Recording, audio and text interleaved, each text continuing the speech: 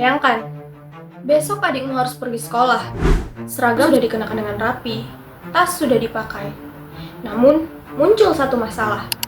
Jembatan yang menjadi satu-satunya akses menuju sekolahnya telah roboh dalam satu malam. Dan di saat yang sama, beberapa meter dari jembatan tersebut telah berdiri sebuah stadion mini yang sangat bagus, yang tiap malamnya lampunya selalu menyala dengan terang.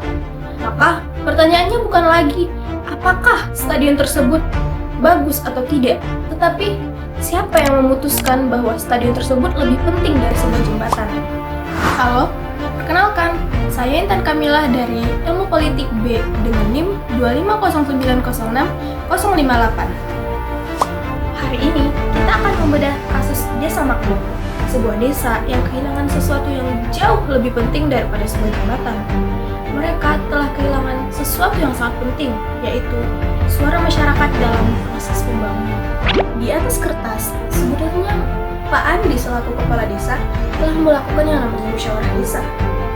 Namun pertanyaannya, apakah semua musyawarah yang dilakukan otomatis telah demokratis?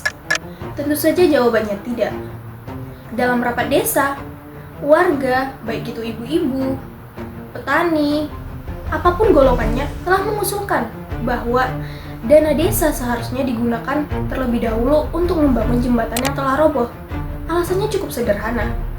Satu-satunya akses mereka untuk melakukan pekerjaan ataupun sekolah telah hancur dan roboh. Maka muncul pertanyaan lagi, apakah usulan tersebut benar-benar dipertimbangkan oleh Pak Andi? Jawabannya tentu tidak. Pak Andi lebih memilih untuk melanjutkan proyek ambisiusnya dalam pembangunan lapangan mini bola dibandingkan membangun sebuah jembatan yang menjadi akses untuk masyarakat. Maka di sini letak kesalahannya. Masyarakat diundang dalam musyawarah desa benar-benar hanya dibuat semata-mata formalitas saja, bukan untuk memengaruhi sebuah keputusan. Di sini dapat dilihat bahwa partisipasi masyarakat bukanlah seperti partisipasi yang aktif, namun terlihat bahwa partisipasi tersebut merupakan partisipasi yang semu. Masalah kedua adalah hubungan antara kepala desa dengan BPD. BPD dalam pemerintahan desa bukanlah hanya sebagai pelengkap pemerintahan saja, namun ia tentu memiliki tugas-tugasnya seperti menjadi penyalur aspirasi masyarakat dan juga menjadi lembaga pengawas terhadap berjalannya pemerintahan. Maka disinilah letak kesalahan Pak Andi sebagai kepala desa. Sangat jarang memberikan rincian proyek ataupun laporan proyek kepada BPD. Ketika BPD bertanya mengenai rincian biaya yang dikenakan, Pak Andi selalu menjawab, "Ya sudahlah, yang penting lapangannya jadi dan warga senang."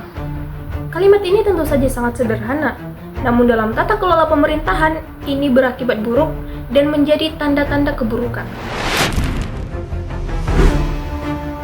Jika saya menjadi sahabat desa, maka saya akan menawarkan dua solusi untuk mereka.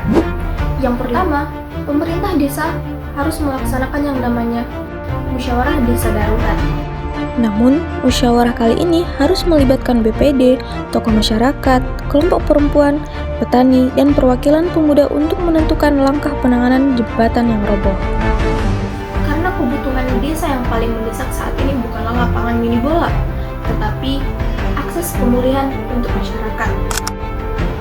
Kedua, hubungan antara kepala desa dan BPD harus segera diperbaiki melalui transparansi anggaran. Begitu, pengawasan dapat berjalan, kepercayaan masyarakat tumbuh kembali, dan pelaksanaan pemerintahan dapat akuntabel.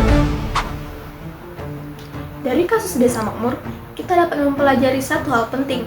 Terkadang, masalah terbesar dalam pembangunan bukanlah seolah-olah ataupun semata-mata karena anggarannya kurang, tapi juga terdapat dalam keputusan yang diambil terlalu cepat dan suara masyarakat dianggap tidak penting.